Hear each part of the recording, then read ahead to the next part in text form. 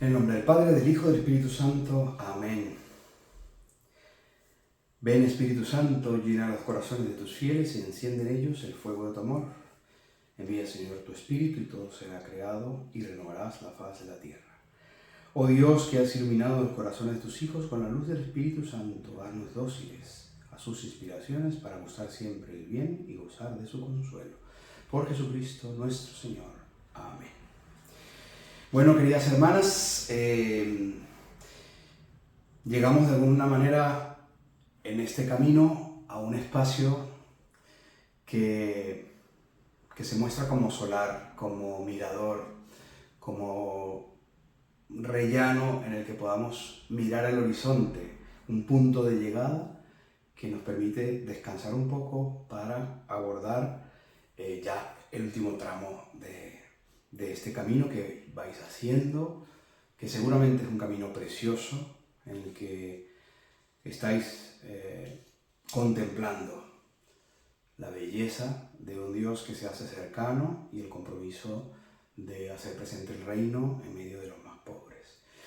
En este momento, esta meditación, un poco lo que queremos es abordar ese lugar del que venimos hablando, que venimos en búsqueda, buscando, encontrando, pues cómo lo materializamos personalmente y también como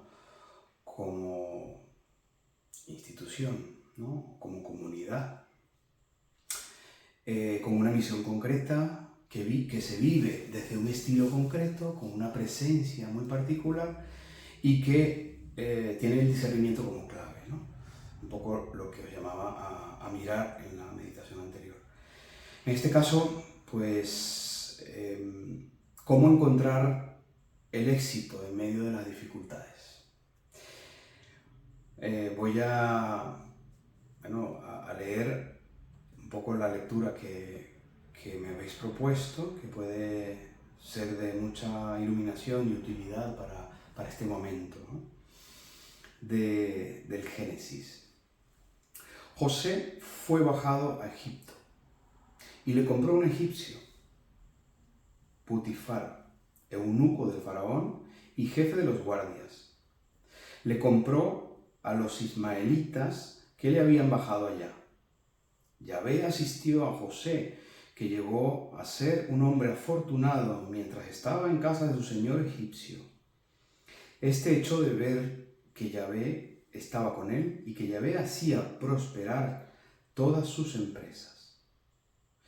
José ganó su favor y entró a su servicio. Y su señor le puso al frente de su casa y todo cuanto tenía se lo confió. Desde entonces le encargó que toda su casa y de todo lo que tenía, y Yahvé bendijo la casa del egipcio en atención a José, extendiéndose la bendición de Yahvé a todo cuanto tenía en casa y en el campo. Él mismo dejó todo lo suyo en manos de José, y con él ya no se ocupó personalmente de nada más que del pan que comía. José era apuesto y de buena presencia. Tiempo más tarde sucedió que la mujer de su señor se fijó en José y le dijo: acuéstate conmigo. Pero él rehusó y dijo a la mujer de su señor: he aquí que mi señor no me controla nada de lo que hay en su casa y todo cuanto tiene me lo ha confiado. ¿No es él mayor que yo en esta casa? Y sin embargo, no me ha vedado absolutamente nada más que a ti misma, por cuanto eres su mujer. ¿Cómo entonces voy a hacer este mal tan grande pecando contra Dios? Ella insistía en hablar a José día tras día, pero él no accedió a acostarse y estar con ella. Hasta que cierto día entró él en la casa para hacer su trabajo y coincidió que no había ninguno de casa allí dentro. Entonces ella le asió de la ropa, diciéndole: acuéstate conmigo. Pero él, dejándole su ropa en la mano, salió huyendo afuera. Al oír su señor las palabras que acababa de decirle su mujer: esto ha hecho conmigo tu siervo, se encolerizó. Y el señor de José le prendió y le puso en la cárcel, en el sitio donde estaban los detenidos del rey. Allí se quedó en presidio. Pero Yahvé asistió a José y le cubrió con su misericordia. haciendo que se ganase el favor del alcaide. El alcaide confió a José todos los detenidos que había en la cárcel. Todo lo que se hacía allí lo hacía él.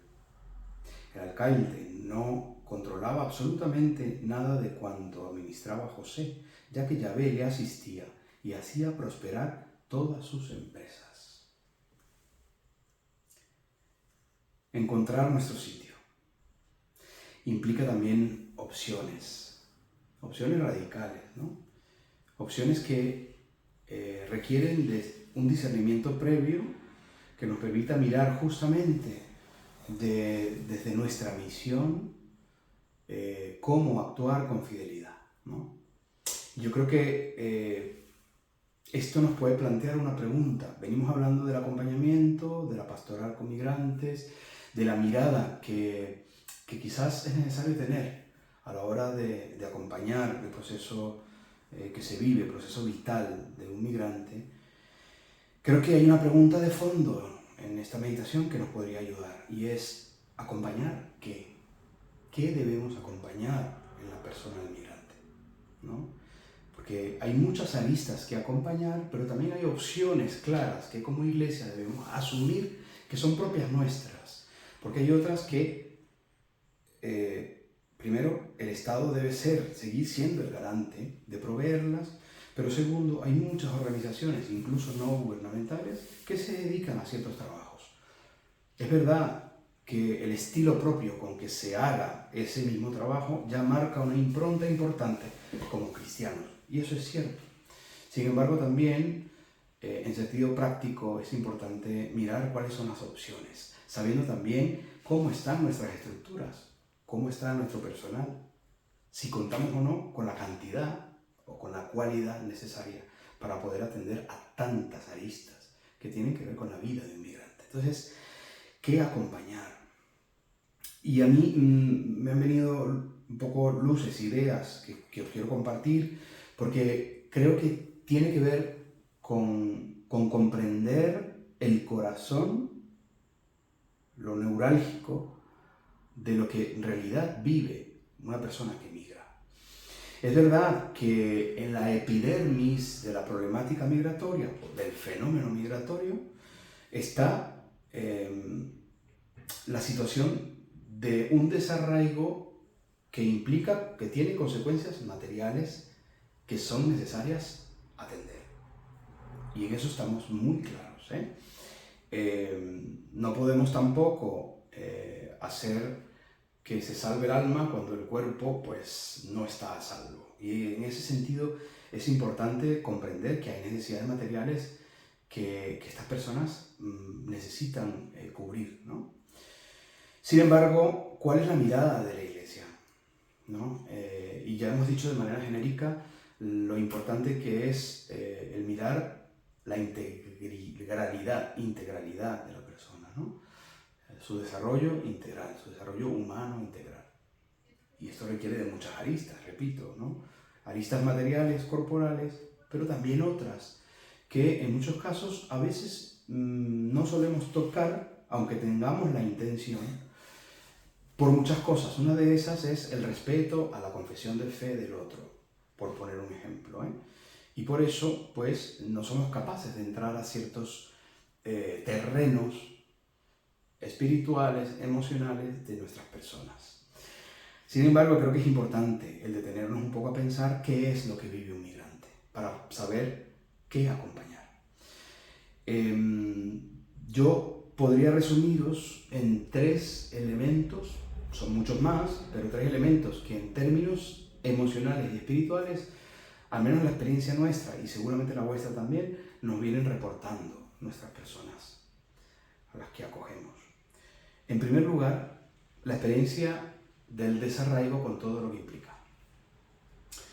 El que nos quiten, nos arranquen de nuestro terruño y nos siembren o nos trasplanten a otro, eso es un proceso doloroso de desarraigo, de no tener raíces, ¿no? Y cuando no tenemos raíces, lógicamente tenemos la sensación de vivir a la deriva.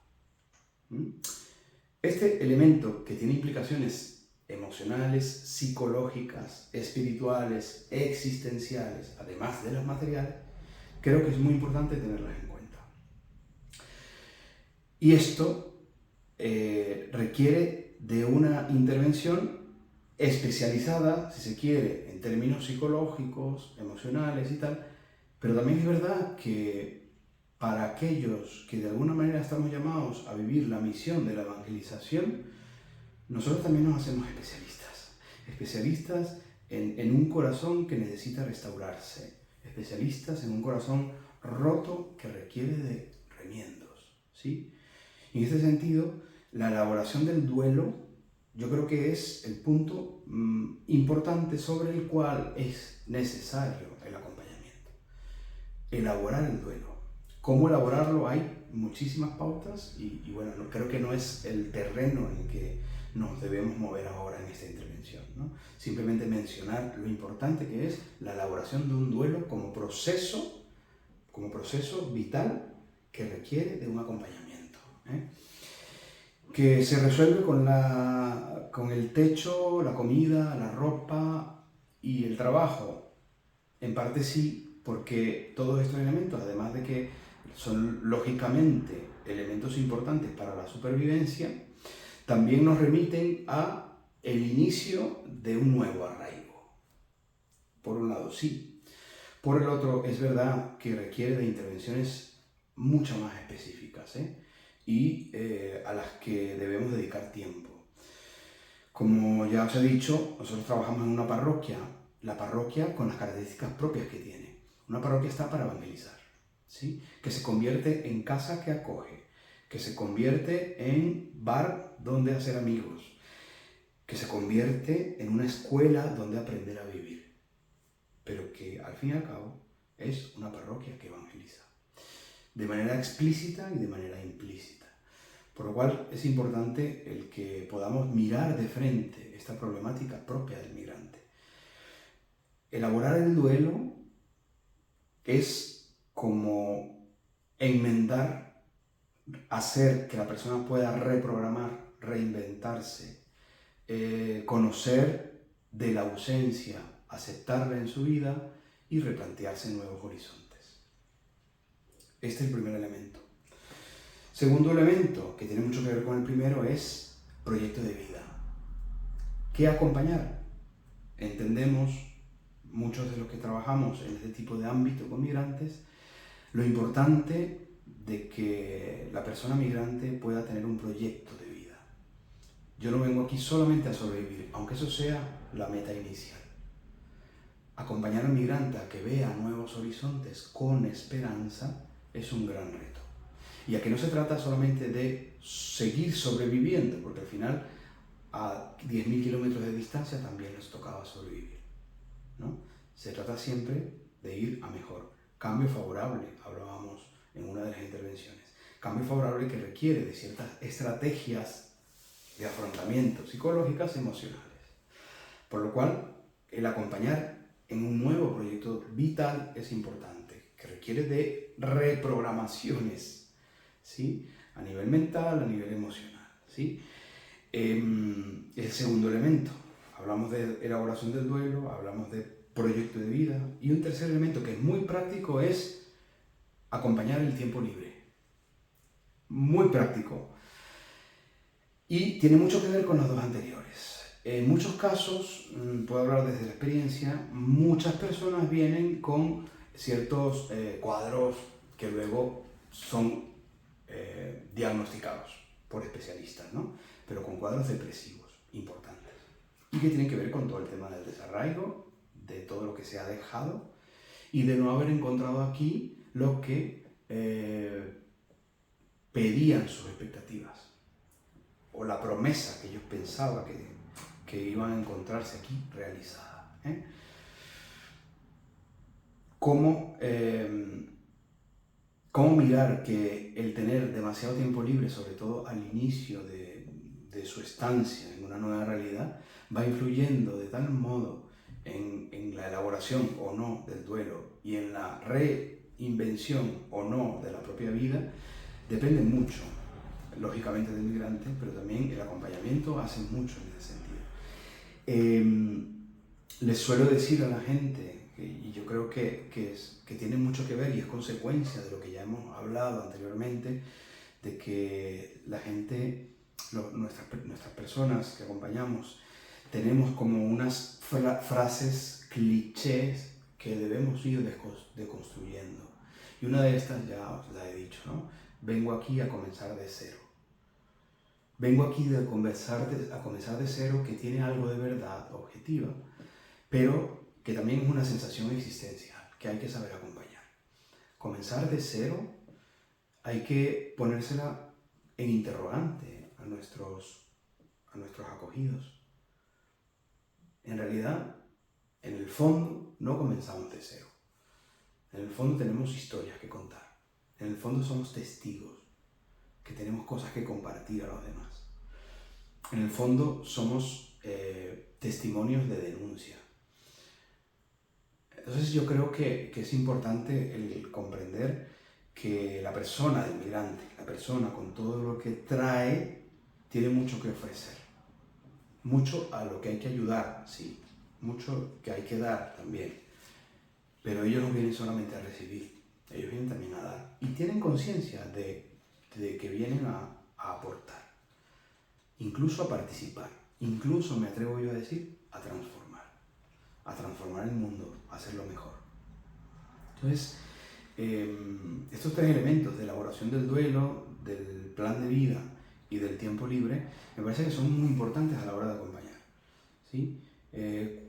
¿Cómo encontramos nuestro lugar? Como pastoralistas, como acompañantes. Lo encontramos mirando la persona del migrante, su persona, no solamente su necesidad inmediata, sino todas aquellas necesidades, incluso tácitas, no expresas, pero que están presentes.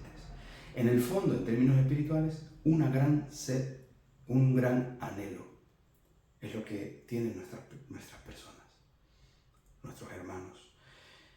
Así como también nosotros podemos experimentarlo, por supuesto, una gran sed de felicidad de Dios, y que el acompañamiento implica el que ellos puedan reconocerlo en su vida, reconocer esa sed, asumirla, acogerla y poner manos a la obra.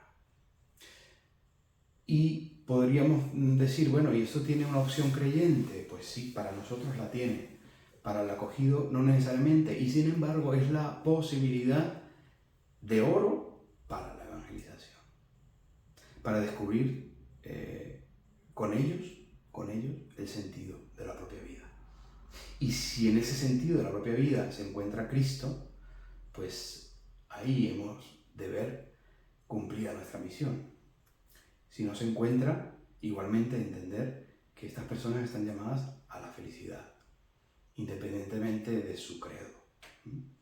No se trata de convertir a nadie. La Madre Teresa de Calcuta, Carlos de Foucault, tantísima gente, tantísimos santos que se dedicaban también a la caridad, tenían claro que no venían a convertir a las personas.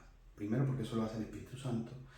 Y segundo, porque ante todo está el respeto a toda la persona, con todo lo que implica tierra sagrada. Por lo cual, estas opciones de acompañamiento espiritual, emocional, tienen que ver con elementos que no incluyen necesariamente una confesión de fe, pero que pueden incluirla y no pasa nada. Porque yo creo que también es necesario a veces el anuncio explícito. Y eso requiere de ciertos discernimientos a la hora de atender a las personas. Entonces, nuestro lugar requiere comprender que llevamos un tesoro. Y ese tesoro es Jesucristo. No tengo ni plata ni oro, pero tengo a Jesucristo. Y en su nombre te digo, levántate. Que no perdamos de vista esta presencia, ¿no? Una presencia que es consagrada. No somos trabajadores sociales, lo decía la Madre Teresa de Calcuta también. No somos trabajadoras sociales, aunque hayan estudiado licenciatura en trabajo social como muchas de vosotras. No sois trabajadoras sociales, sois consagradas. Y eso nos hace mirar de una manera evangélica, por supuesto, mucho más profunda, nuestra misión con los migrantes. Tenerlo presente, no perderlo de vista, es muy importante. ¿Qué acompañar en las personas? Acompañar el corazón. acompañar el corazón. Y en él ir descubriendo cómo Dios también va transitando con ellos el camino. Cómo van siendo acompañados por Dios. Cómo van descubriendo el paso de Dios en su vida. Esa es nuestra misión. Eso es un acompañamiento espiritual o integral. Entonces, qué importante es que podamos darnos cuenta, ¿no?, de en qué debemos destacarnos. Si en algo hemos de destacar, en qué debemos destacarnos, ¿no? Quizás es más bien ser maestras en acompañar la vida y el tránsito del peregrino, el tránsito de que dejen de tener la sensación subjetiva de ser simples extranjeros, a convertirse en auténticos peregrinos, tal y como lo venimos diciendo en esta lógica, ¿no?, de conciencia. Entonces, el trabajo quizás más de fondo, de parte de los que trabajamos con migrantes, tiene que ver con este acompañamiento. Ya de todo lo demás pueden encargarse otros, que lo hacen además mejor, lo hacen muy bien. Nuestra tarea quizás está en tener una presencia que haga que el otro descubra en sí el sentido de su propia vida y cómo la migración, repito, no solamente es un fenómeno accidental o anecdótico que contar, sino que en realidad es un estado de vida que requiere también de una aproximación existencial y que es una gran oportunidad, es un kairos. La migración es kairos, un momento propicio de encuentro con el Señor, un momento propicio de encuentro con la felicidad de la vida, con la esperanza de vivir, con sus dificultades muchas y muy fuertes, pero que nos plantee y que podamos nosotros plantearles a ellos un horizonte de vida, un horizonte esperanzador. Ese es el reto. Por lo cual, qué importante es el saber encontrar nuestro lugar, con todas las implicaciones pastorales que supone, incluso de descartar, ¿no? Yo aquí quizás me meto en asuntos que no me competen, lógicamente, pero dentro del ámbito parroquial también nos toca, ¿no? O sea, ¿qué está siendo realmente importante de aquellas cosas que son accesorias o que no aportan en este momento vital de una sociedad o de incluso de nuestra iniciativa pastoral, que no aportan demasiado o en la que realmente no se está jugando la misión? En cambio hay otros elementos en los que sí se juega nuestra misión. Y os planteo estos tres elementos, ¿no?, que es, en la persona del migrante, tres problemáticas comunes: el duelo, el proyecto de vida y el uso del tiempo libre, ¿no? Muy concretos, pero creo que nos pueden dar muchas luces para nosotros poder mirar desde qué lugar podemos, o estamos ya, en efecto, ejerciendo nuestra misión y nuestro trabajo de apostolado en medio de nuestra gente, ¿sí? Os dejo como pistas, un poco en términos tanto personal como comunitario. Sería bueno que compartiésemos también estas reflexiones, ¿no? Personalmente, cómo me resuenan las opciones pastorales a las que estoy llamado, a las que creo que el Señor nos está invitando personal y comunitariamente. ¿Qué elementos de discernimiento son importantes ir trabajando a la hora de la pastoral, de trabajar con migrantes, la pastoral de migrantes, y qué opciones prácticas quizás hay que hacer? Por supuesto, haciendo elección, ¿no? Acordaos del ver, juzgar, actuar, que el Papa Francisco convierte en el método de reconocer, interpretar, elegir. Reconocer, interpretar, elegir. 3 pasos de discernimiento comunitario que creo que nos pueden ayudar. Si queréis, luego de esta meditación, luego de tener un espacio personal que podáis compartir comunitariamente, incluso a partir de estos 3 momentos que nos propone el Papa Francisco: cómo reconocer, cómo interpretar y cómo elegir a la luz de la fe, y de la palabra de Dios y de las llamadas que vamos sintiendo también como instituto a, a dar pasos en la pastoral con migrantes, que requiere reforzar iniciativas, requiere ser valientes y dejar otras iniciativas, requiere potenciar quizás elementos que se han descuidado, requiere cuidar además elementos muy de detalles. Ya hablábamos, por ejemplo, de la estética. Vosotras las mujeres tenéis mucho campo en esto, trabajado y evangelizáis con la belleza. Yo creo que es importante el poder seguir haciéndolo y potenciándolo también en la persona del migrante, que es muy sensible además al detalle estético.